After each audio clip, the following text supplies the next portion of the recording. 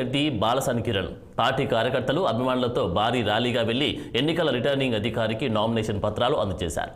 పత్తిపాడులో తన గెలుపుపై ధీమా వ్యక్తం చేశారు బాలసాని కిరణ్. మరోసారి ఆంధ్రప్రదేశ్కు జగన్మోహన్ రెడ్డి ముఖ్యమంత్రి అవుతారని, తమ సంక్షేమ పథకాలే వైసీపీని అధికారంలోకి తీసుకువస్తాయని తెలిపారు. అధికారంలోకి వచ్చిన వెంటనే పత్తిపాడు నియోజకవర్గంలో తాగునీరు, సాగునీరు, రహదారులపై ప్రత్యేక దృష్టి సారించి అభివృద్ధి చేస్తామని ప్రజలకు హామీ ఇచ్చారు.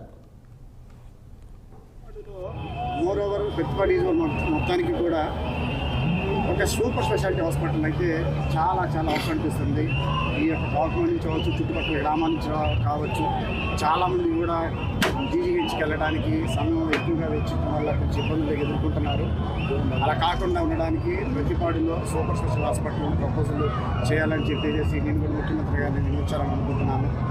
ఈ నీటి సమస్య కూడాను మళ్ళీ ప్రభుత్వం రాగానే వీరంత త్వరగా ఈ నీటి సమస్యను కూడా సాల్వ్ చేస్తాము.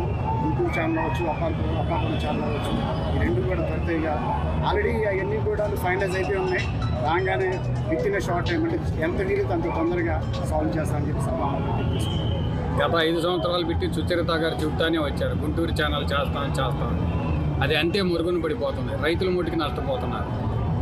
ఇక్కడ పాయింట్ ఏంటంటే సుచరిత గారు చెప్పిన మాట వాస్తవమే. అది కూడా ప్రక్రియలో ఉంది తప్ప అది మరుగునైతే పడిపోలేదు. అది ఆన్ ప్రాసెస్సే. యాక్చువల్లీ మీరు ఒక విషయం నమ్మాలా, ఏమి చేయని ప్రభుత్వాన్ని మీరేమీ ప్రశ్నించట్లేదు, చేసిన ప్రభుత్వాన్ని మీరు ఒకసారి గమనించాలా.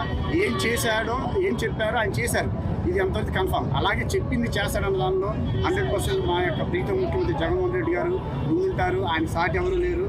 100% చెప్పింది గుంటూరు ఛానల్ వరకు